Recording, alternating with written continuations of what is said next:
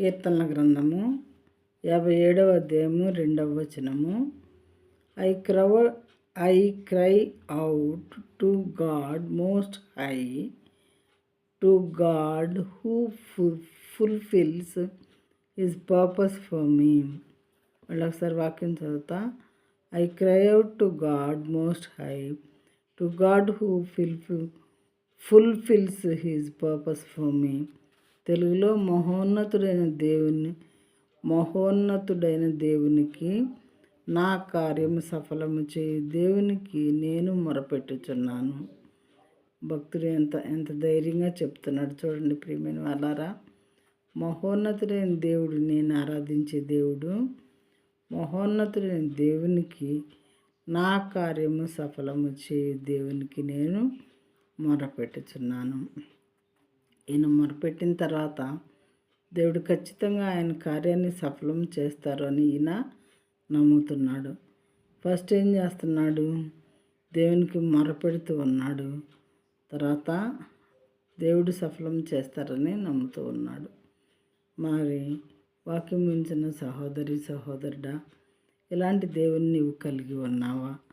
నువ్వు ఆరాధించే దేవుని గురించి ధైర్యంగా ఈ 2 మాటలు నువ్వు చెప్పగలవా?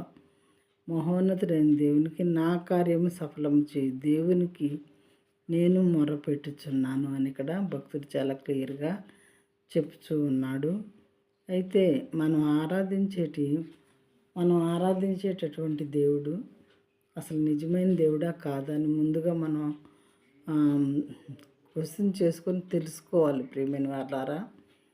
మరి తెలుసుకున్న తర్వాత మరి మన కార్యం సఫలం చేస్తాడా లేదా? మనం ప్రార్థిస్తే ఇంతకుముందు ఎప్పుడన్నా ప్రార్థించినవి మనకి ఇచ్చాడా లేదా? ఇవి ఆలోచించుకోవాలి.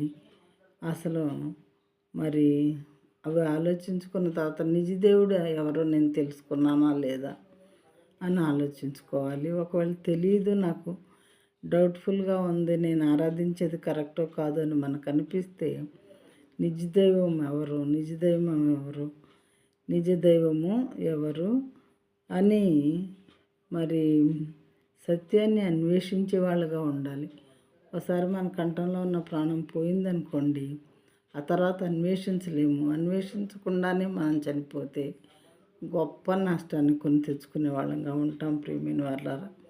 దేవుడు మనల్ని హెచ్చరిస్తూ ఉన్నప్పుడే, మనకు సమయం ఇచ్చినప్పుడే ఈ విషయాలు తెలుసుకోవటం చాలా అవసరం.